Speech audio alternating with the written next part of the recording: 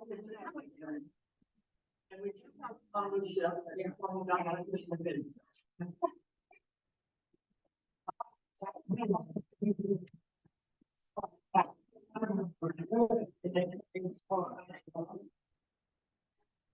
Okay, how do I get it so it shows that way? The camera goes that way. You have to be, Oh, no camera on this side. oh, I see. There's your camera right there. Okay, okay, I got you, Dave. I just.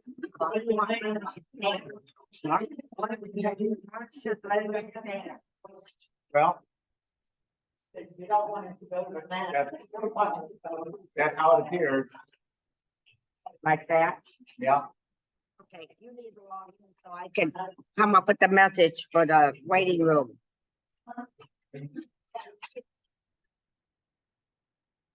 Okay, so. That is. No, go back further. I'm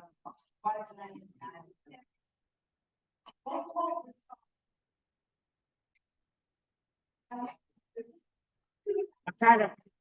Maybe that way a little bit more. Okay, yeah, that's gonna be awkward, isn't it, for you, because you have your back to everything. Oh, I can't turn around? Because they won't see your face. Camera's right there.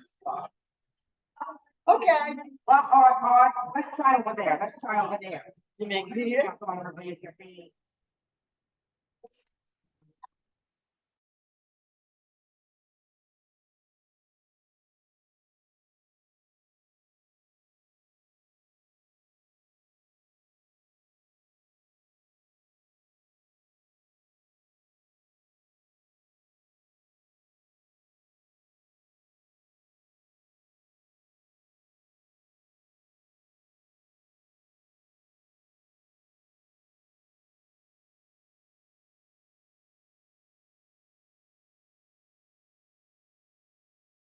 Yeah.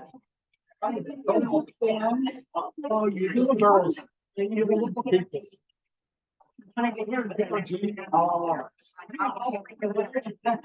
And how you enjoying retirement? Love it. Maine is like one of your coast. Not how we do with bad weather if you don't have this. Okay. That is.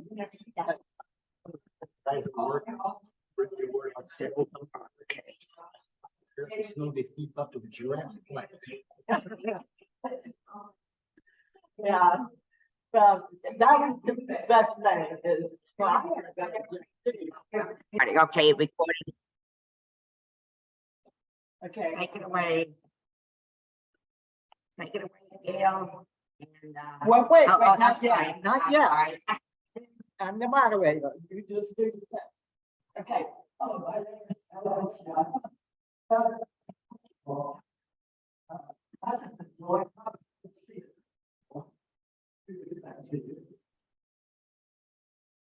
Again, that was Ethel, who's a longtime member. She enjoys seeing people.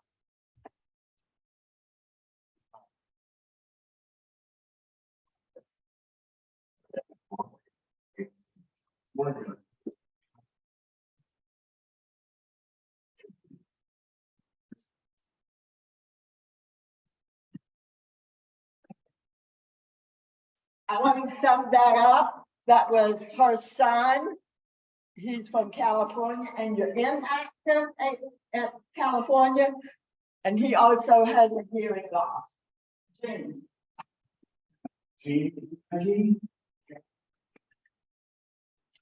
Computer.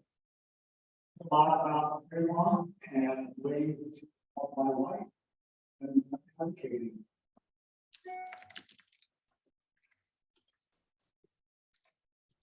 And he has a good Speak up. My name is Laura Winter. I am part of the teacher steering committee. I'm a former special ed teacher beside grade ones. And what I enjoy is just but also learning out ways to share what you have outside of our community.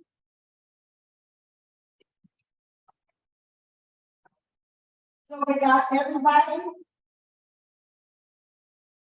So what about Oh, the Lord. Zoom people? Sorry. Okay, how did I get there? Sorry, okay. I think we're okay now. Okay, who's the first Zoom? I'm not talking about them, the other people. Let's see. We have Dana Hope is she's a visitor. Dana Hope, and then we, Mary Hale and Jacqueline Brown. Okay, That's one. Daniel Hope, could you please introduce yourself? Yeah, sure. Hi, let's get my camera on here. Sorry, just started working out, so I left my camera off. My name's Dana Holt. I actually am a new member of the international organization. I live in Springfield, Missouri, so about 3 hours away. I started wearing hearing aids in late 2019, and so I'm excited to be part of this group and continue to learn as I go about my journey, and also using it to help some of my friends locally who are now, after we were all masked for so long, I'm having friends that at a younger age are realizing that they also have hearing loss. So trying to be a support to them too. Wonderful, welcome. Thank you. Hope we actually get to meet face to face in June. We I usually would love have a picnic at a local park. So hopefully you can come down in June. So welcome. And the next Zoom guest is Jacqueline Brown. Jacqueline?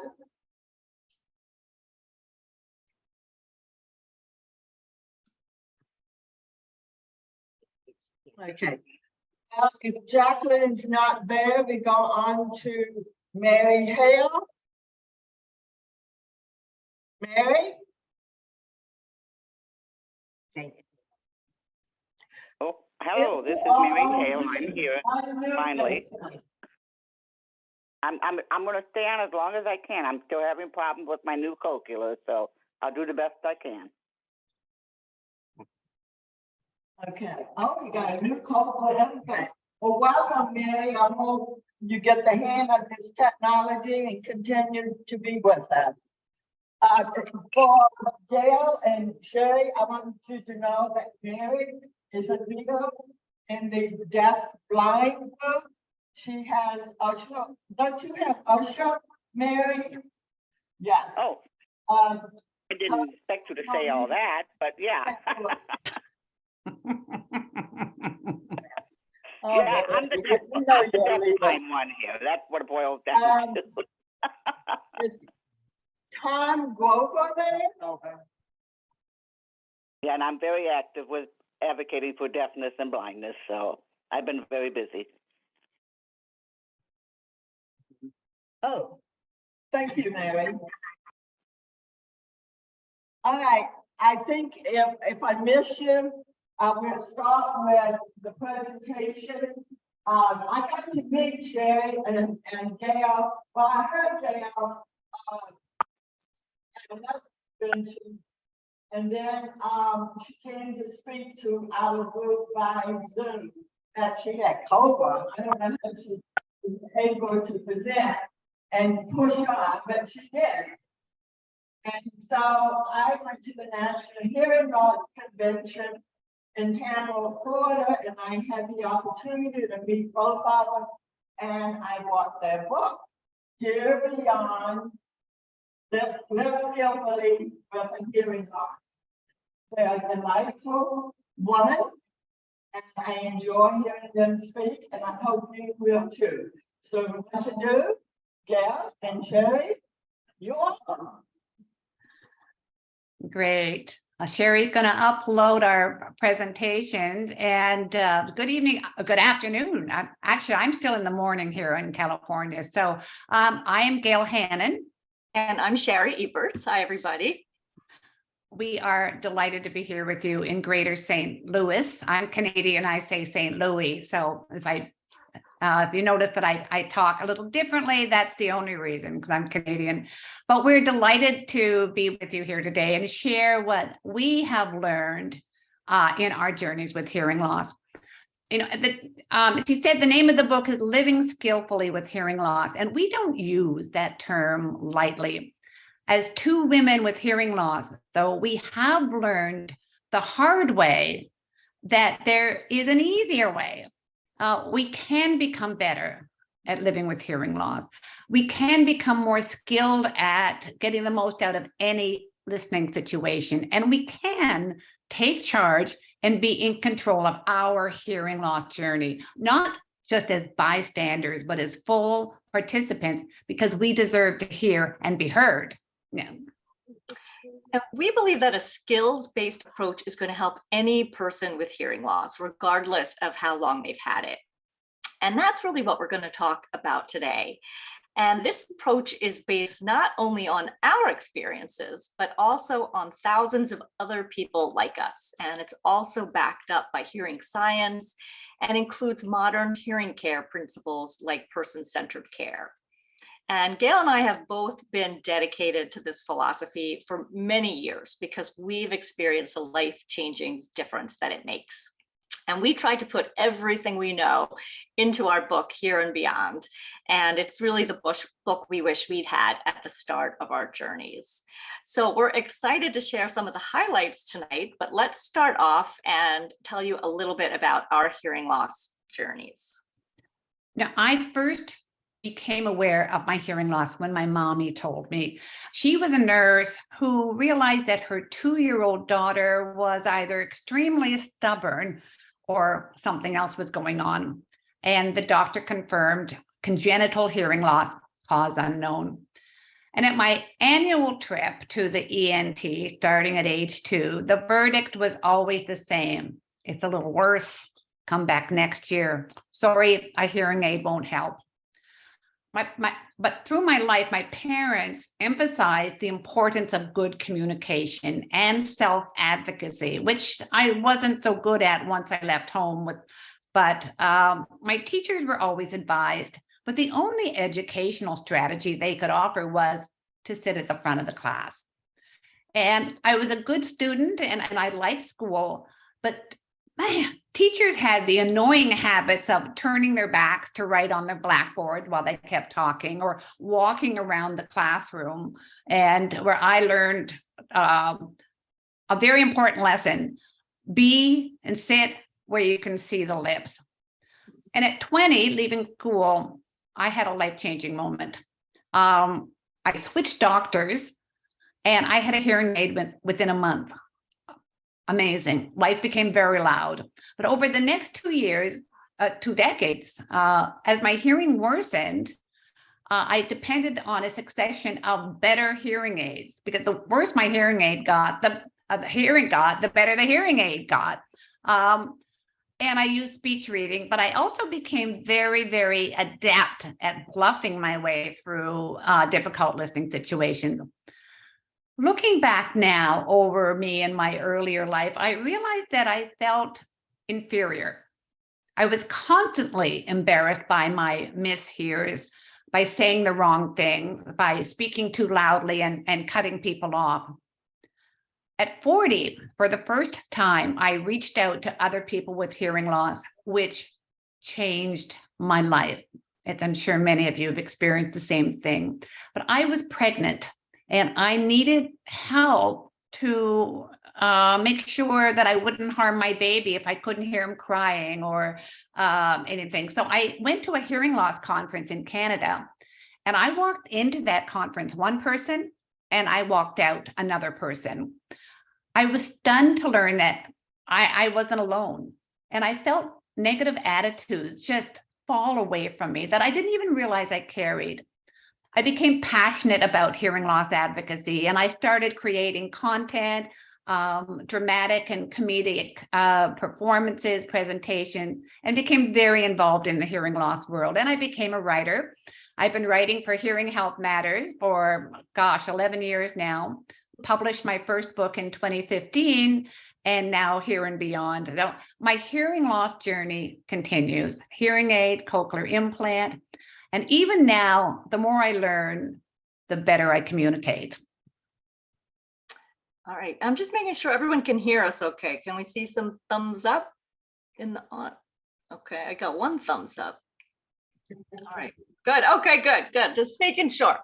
Okay, so I first noticed my hearing loss in my mid-20s, but my journey really started before that, watching my father struggle with his own hearing issues.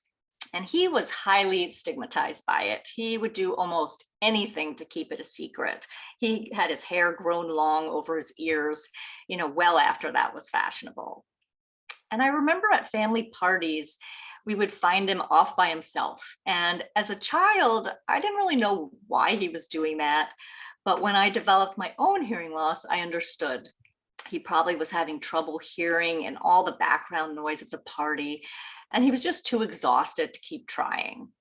So when I first discovered my own hearing loss, I hid it, following in his footsteps, and I was embarrassed and I felt ashamed. I'm not sure why. And this lasted for many, many years.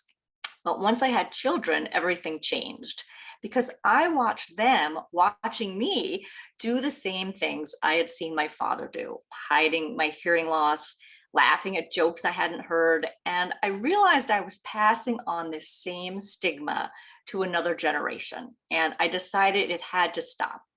I finally had to accept my hearing loss. And so I did. I started wearing my hearing aids all the time and started teaching my family and my friends how they could help me communicate better. And I refused to let my hearing loss isolate me. It's not always easy, but it's definitely worth it. And now, like Gail, I'm an advocate for people like me. So I write a weekly blog at livingwithhearingloss.com. And then during the pandemic, produced a hearing loss documentary. And then, of course, writing Here and Beyond with Gail. And by sharing my story, I really hope to help others live more comfortably with their own hearing issues. So as you can see from our stories, and there are similarities, there are differences, ups, downs, right? Because just because you've been living with hearing loss for a while, it doesn't mean that you're necessarily good at it. But the amazing thing to me about our stories is that over the years and really through trial and error and by meeting and learning from other people with hearing loss, Gail and I each found our own way to a similar set of skills and strategies that help us live well with it. And when we talked about this, and what really became clear was that when we shifted our goal from hearing better to communicating better, that made all the difference. The first step in living more skillfully is understanding the big picture, Most of us don't start our journey with the big picture.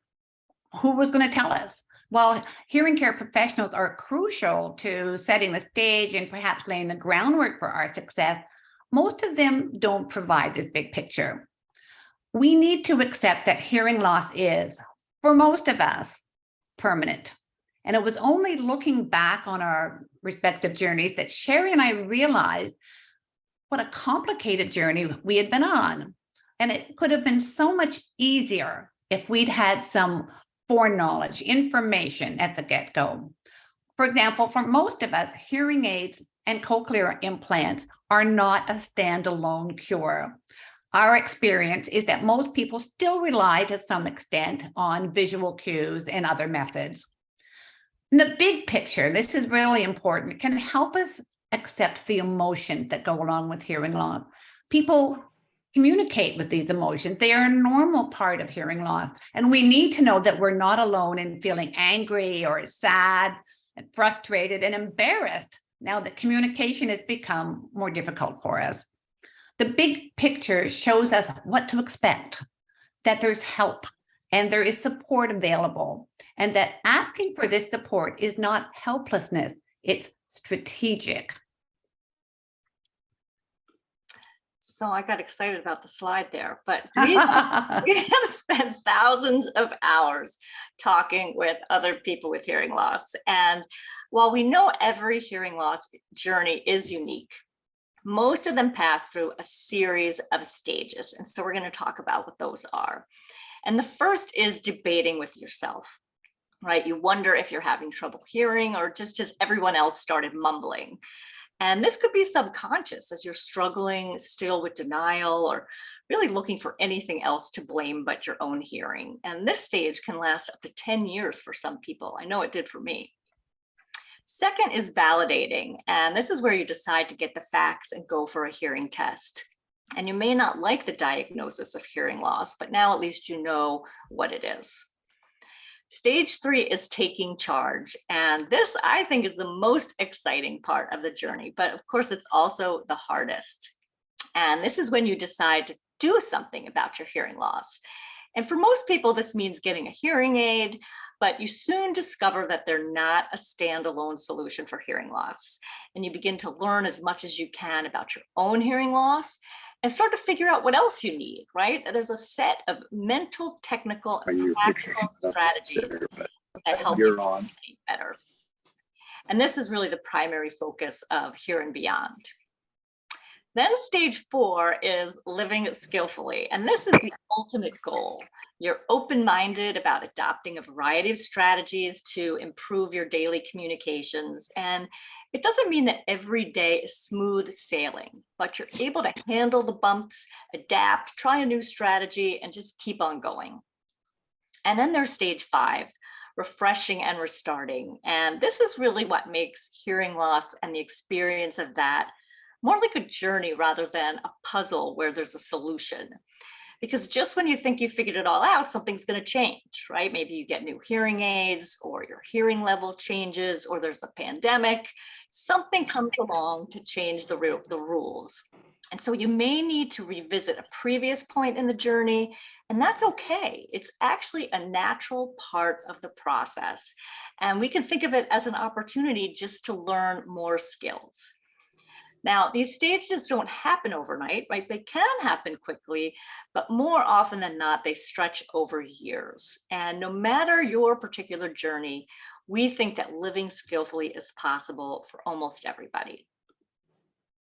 You know, the second part, the first part was the big picture and the stages and all of that. The second part of living skillfully with hearing loss is adopting, as Sherry said, strategies and skill set, and they have a single targeted purpose, and that is to improve communication. And we call it the three-legged stool. And a three-legged stool never wobbles. That there's some scientific reason for this that we're not aware of, but we know that it doesn't wobble, even on uneven ground. It is a solid foundation of communication that we can stand on. And these legs in our three-legged stool, the first one is mind shifts, the second is technology, and the third are communication game changers. Each of these skill sets, which you all use to some degree, perhaps without even realizing it, but each of these skill sets is an important component of communicating. But when the three of them work together, that's when the magic happens. I have the potential to change my journey. The person with the most power in my hearing loss success is me. I think this is a moving statement and really a life-changing one, because it's the moment you discover that you are in charge of your hearing loss journey. And a lot of that comes down to attitude. So a hearing loss diagnosis, as we know, comes with emotional burdens, right? Sometimes it paints hearing loss as embarrassing or shameful. And at least for my father, something he would never discuss. But some of these beliefs come from external sources, still in advertisements and media. Hearing loss is sometimes the brunt of the joke, and we can internalize these feelings and look down on ourselves. But let's do an attitude selfie to reveal some of the common negative attitudes that people might hold about their hearing loss. And these mindsets are unproductive and can lead to negative outcomes. So I'm just going to a list of these attitudes, and you can see if any of them relate to you. People often think, why me? Why me? Nobody understands what I'm going through. I want to hear better the way I used to. Well, I don't like to advertise my hearing loss. People will think I'm old or slow. My family and friends, they always forget about it, always forget about my hearing loss. Hearing aids, They're ugly, expensive, and they don't always work. Well, I don't want to bother anyone with my hearing loss needs, you know? Who would want to hire me or love me or be my friend? Oh, I get angry at myself and others when we make communication mistakes over and over again. Everywhere I go, there is no access for people with hearing loss. Our attitudes towards hearing loss affect our emotions and our behaviors. And this is a powerful statement because it means that life with hearing loss can be different. It can be better just by changing our attitudes. And these better attitudes will help us create better conversations because we're willing to ask for the help that we need. And they can even help our technology work better because we're more open to experimentation and change. Now, we're not trying to be overly simplistic here, right? Mind shifts are not cures for hearing loss, but when we actively support our hearing aids with other strategies, including an improved emotional attitude, we can communicate better. And Gail's going to take us through a couple examples. You know, the first one is nobody understands what I'm going through. And the mind shift to that, it can take many forms, but many people experience the same challenges as I do. I can learn from them. I am not alone. I remember a defining moment at that first hearing loss conference that I told you about. At the very end, after 3 days of having my life change, a few of us, my new hearing loss friends, we went to a nearby pub. And we went in. The only other people that were there was a table of 4 sitting in the corner. And presumably they were hearing people. Now, I'm sure you would agree that there are few things louder in this world than a group of people with hearing loss who have had some wine or beer. We were loud. And I felt uncomfortable. I went to my go-to state. I felt uncomfortable, conscious of the looks that we were getting from the people at that other table. And then I thought, so what? So what? What does it matter? This is what having hearing loss is like. And that moment changed everything for me because my new friends made me realize that this was our normal, and it was more than okay to have hearing loss. My second example is I want to hear the way I used to. And the mind shift, as we were talking about earlier, is I want to communicate better. And it takes more than hearing aid to do this. I need to use other skills and technology.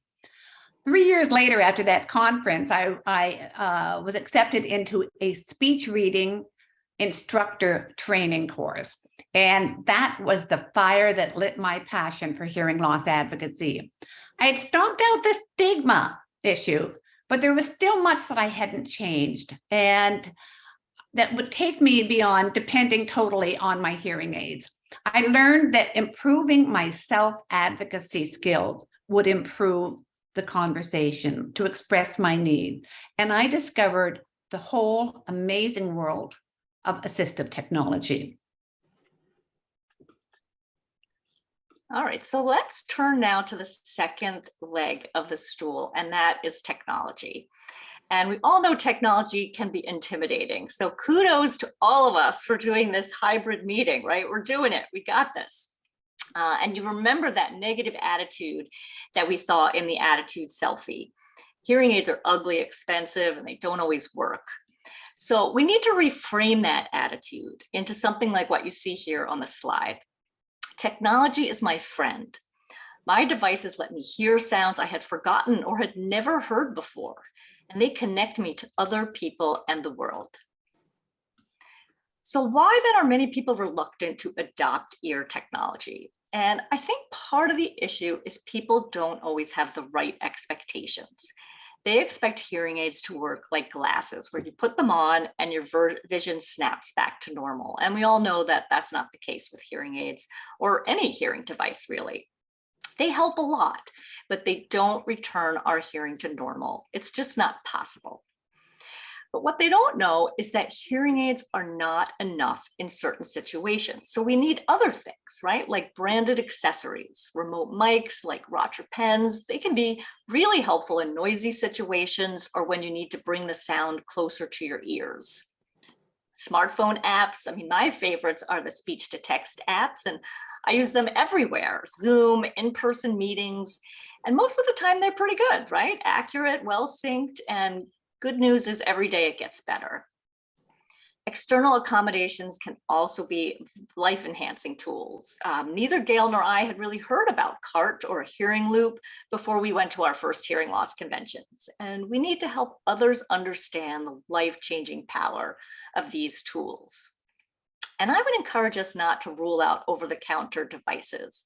They probably don't work for most of us on this meeting, since they're geared toward people with mild to moderate hearing loss, but they could be good backup devices. And I hope they really jumpstart a lot of innovation and reduced stigma. The more people out there using hearing devices, the better it's going to be for all of us. Now, no matter the device, our two must-have features are Bluetooth and T-Coil, and we need both because they do different things. Bluetooth provides streaming for phone calls and movies, and T-coils we use to access loop systems that are popping up in more and more public spaces. So I think it's an exciting time to have hearing loss, but sometimes even all this terrific technology is not enough. So we need other strategies, the non-technical type, and that takes us to the third leg of the stool, communication game changers. I want to communicate better, and it takes more than technology. Takes more than technology to do this. I must use softer skills as well. I think someone, if I can just say, someone has their mic on, so that sound's coming through. Anyway, sometimes even small changes in communication behavior can have a huge impact on the quality of our conversation. Now, most of us are using it to some degree without realizing it. But what they do know is that even with our hearing aid, we're struggling. So what can we do? And we talk a lot about this in the book because it's actually crucial to improve the conversation. And one of the most important is self-identifying as having hearing loss. It sounds simple, but for many people, it is difficult. Maybe not here in the room, you've been meeting for a long time and you're advocates, but for many, there's a stigma still. And it goes against their private nature of wanting, letting people know that they're struggling. And sometimes they don't even know the proper term to use when they're self-identifying. And guess what? Sherry and I don't care what term people use. There's always this, oh, well, you shouldn't say that, and hearing impaired is wrong. But far more important than the label that you use to describe yourself is your decision to be open about your communication needs. Telling people what you want, telling them you have hearing loss is simply informing them of a fact. Now, even experienced people with hearing loss like us here, we struggle with this from time to time. And if you do, we recommend practicing and remember that you have the right to hear and be heard. One of our mind shifts is this: being open about my hearing loss will help me communicate better. Trying to hide my hearing loss leads to misunderstanding. I'm sure everyone on this call and in this room has a story or two to tell about when they were bluffing and trying to hide it. So, I mean, we could talk for hours about that. But again, when we advocate for ourselves, we're simply asking for what we need and for what our communication partners need too, so we can have a great talk. Communication best practices. We need to tell people they are not mind readers. We need to let them know what we need. So simple things like, oh, please get my attention, face me, lights up, noise down, don't yell, don't over enunciate. These tips are really important but they're also easy to forget in the moment, and reminders are often necessary. And we have to be comfortable in asking for repeats. If we don't ask for what we need, what happens?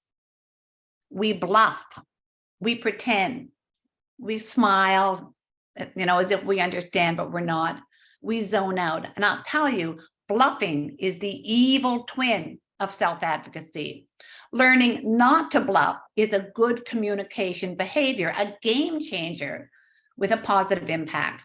And I will admit that it's almost impossible to stop doing it completely. There's many reasons why we do it. And there's one good reason why we shouldn't do it. I actually do a workshop on that.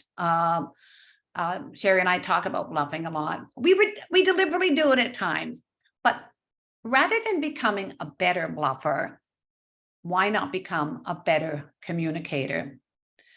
We have one more favorite tool that we want to talk about today. We have a lot of tools, but this is our favorite. Okay, we do. We really love this one. So here is a communication checklist to help us determine what needs to change in any communication situation, and how to make it happen. So step one is the hearing check. Can I understand what my communication partner is saying? And if the answer is yes, that's great. But if no, then move on to evaluate. What do I need to do to improve the situation? Now, these could be environmental fixes, right? Like turning the lights up or maybe moving to a different seat. But it could also be things with your communication partner, like they should need to speak louder or speak more slowly. And you can also take a look at your tech tools in this step to see if an app or an accessory might help. Then you have to articulate, and this is the hardest part, right? Telling others what you need. But you cannot skip this step.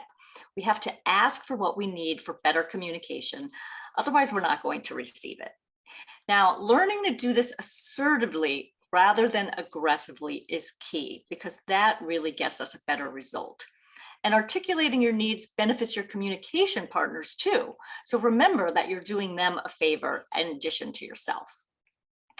And then lastly is revise and remind. And this is kind of like refreshing and restarting on the hearing loss journey that we were talking about, because adjustments need to be made sometimes. Maybe a musician arrives and the noise level picks up, or your communication partner slips back into their old speech patterns. So just reapply the steps when the listening situation changes, even if it's just to remind people of what was already suggested. It's simple, it's effective, and with practice, it really becomes second nature.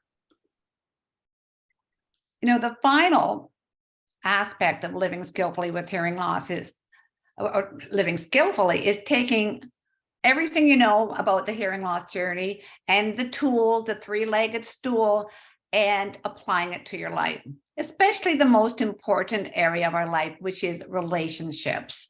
Hearing loss slams its biggest fist into relationships of all sorts, a communication-based relationship. And we devote a whole section of our book to relationships and how we can manage them better.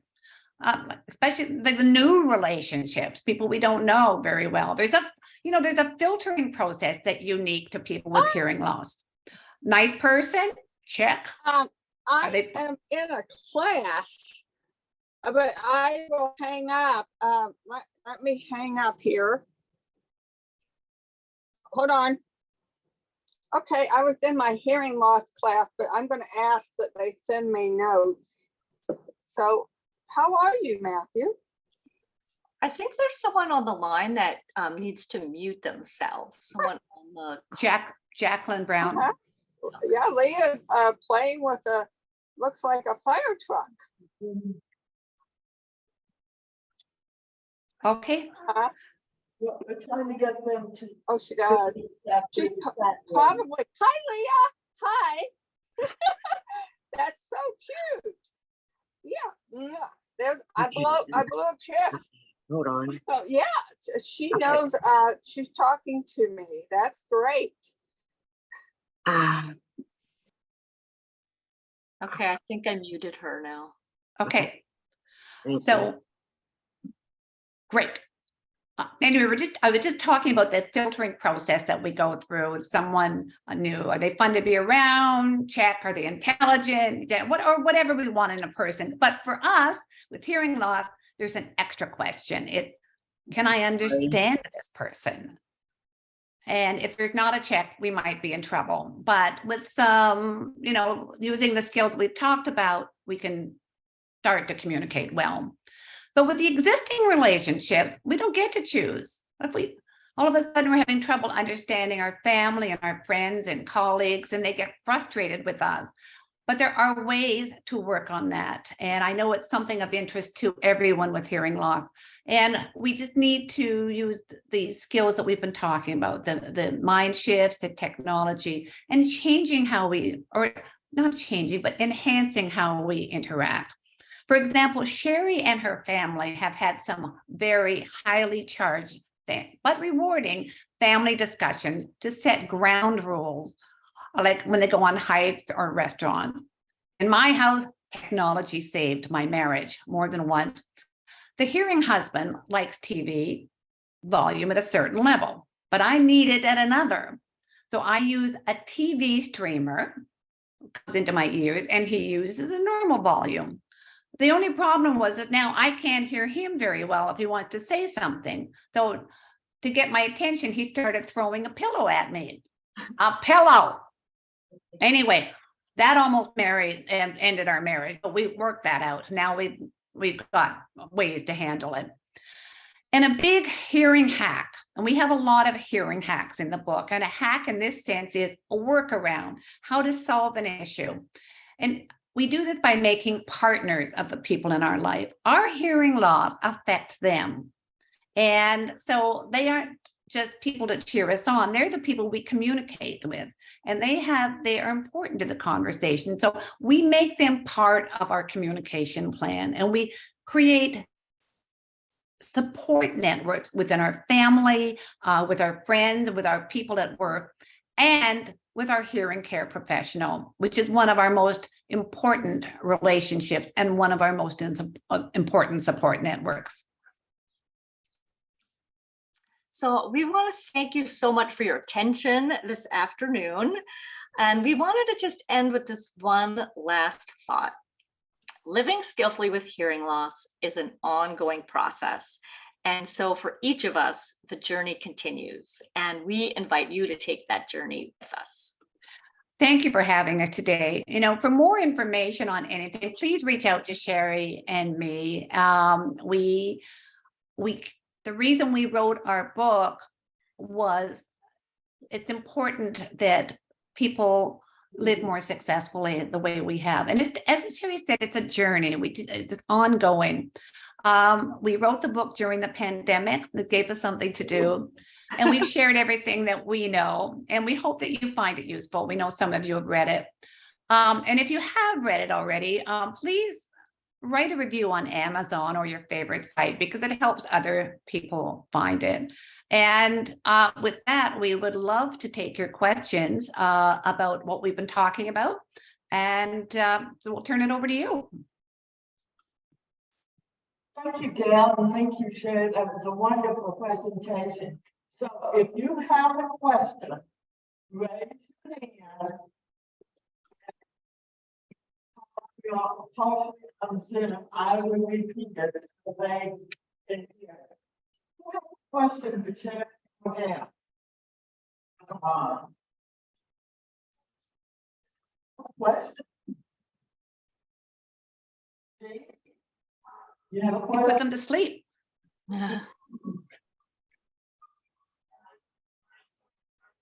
You talked about with your hearing how benefits you creating television and you listen to TV as a regular.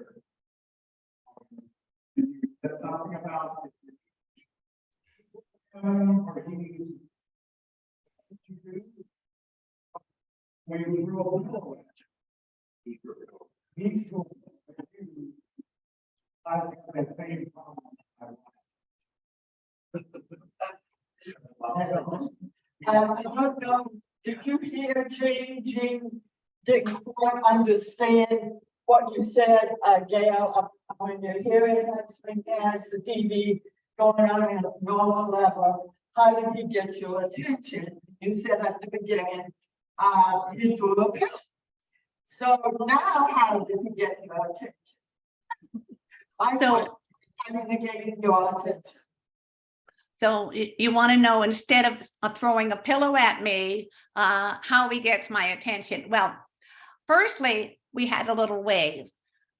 But now, in fairness, there's an upgrade. There's chapter 2 to that story with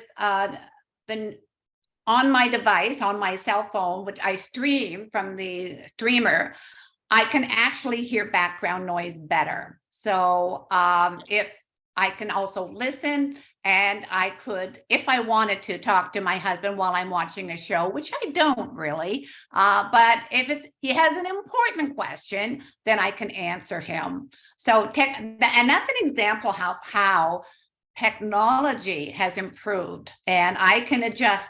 I can actually tune them out. I can turn it right down and go, can't hear you. But technology has come a long way. And if you were upset about him throwing a pillow at me, thank you very much. I felt the same way. I have something to add to that. And I have something to add to that. I had the very same problem. And my audiologist was able to make an adjustment in the external mic, raising the volume on that. So I could still hear the streaming, but I could hear the external room sounds better too. So that's another option. Excellent. Thank you, Great. Linda. We got 3 Lindas here, so now it's Linda at the top there, and we got a Jeff, Linda, and me. So anybody else got a question? Come on. Mary Hale has her hand up on the line. Oh, Mary, okay, Mary Hale, ask your question. Okay, Mary's here. My question is your book available in audio version for those of us that are blind that cannot read it? Well, we love that question because yes, it is not available right now, but it is coming out later this year, and we will definitely let everybody know. And we think it might actually be one of the very few audiobooks about hearing loss that's available. So we're really, really looking forward to that. Yeah, I believe that it's supposed to be March, but supposed to be. So we're hoping, and we will be putting out announcement on social media that it is available. And Mary, I hope that you get it and that you enjoy it. And it's not our voices. Apparently, they wanted a professional, and it's fine with me. So we're really looking forward to it, having it come out. Yeah, one more quick question. So are you reading it yourselves or is somebody else reading it?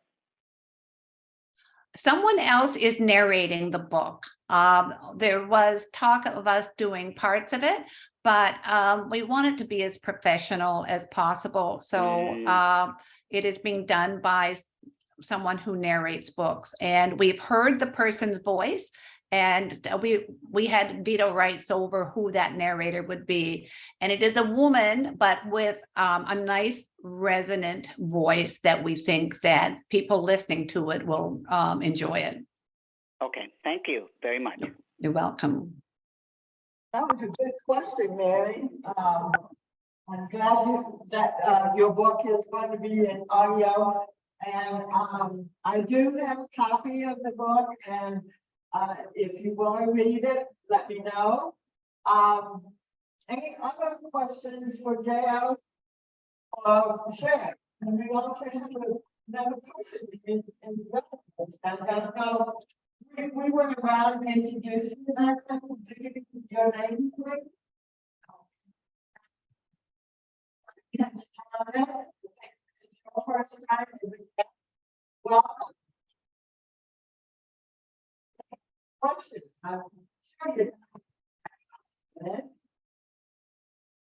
Kathy? I guess we all pose about this.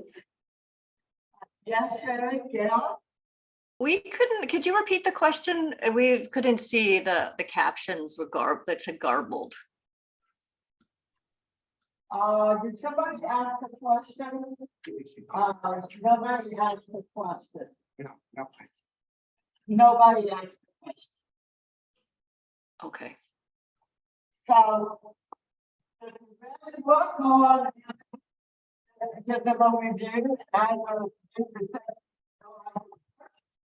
Amazon, I purchased it from these delightful ladies. So I want to thank you so much for your time on a Saturday morning or afternoon, wherever.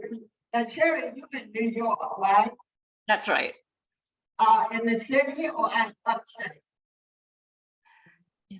In the city. Yeah, in the city. Okay, I have family in Long Island. Oh, that's great. Yeah. So, And it's actually nice here today for a change. It's like in the 50s or something. So I'm excited. oh, well, we actually have nice, I always call my cousins. I said, well, today the weather's bad, so expected in New York a couple of days. The weather goes east. So thank you again for your time. Delightful to hear both of you and see you again. You're going to be at the New Orleans convention this year? Oh, yes. Right. I know Kathy has already signed up for it, so I have to think about it because I got other stuff lined up. But anyway, Diane has a question. So. Yeah. I just want to say that I do appreciate that book so much. I've read about it and it's really calmed me down about how my emotions run with my hearing loss. And that, you know, we need to take a lighter view of things. Not take it all so seriously. Things can turn to be funny. When you describe your instances of you know, it's time to laugh to encourage me. This is my review of everyone. Can I sell your book and get a little percentage? So,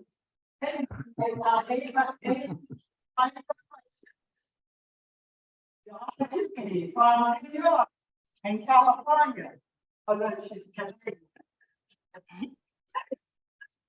Okay. Thanks again, and I want to thank Kim, and who's our captioner. She is marvelous. I have worked with Kim for many, many years. So this is our first time that we've done a hybrid meeting. So I hope we will continue to do this. We have a wonderful space and organization that's called Deaf Think. They have been great by giving us this space for free. So we're lucky to have this. For Gail and Terry, we have quite a few education institutions that teach children orally if they're deaf.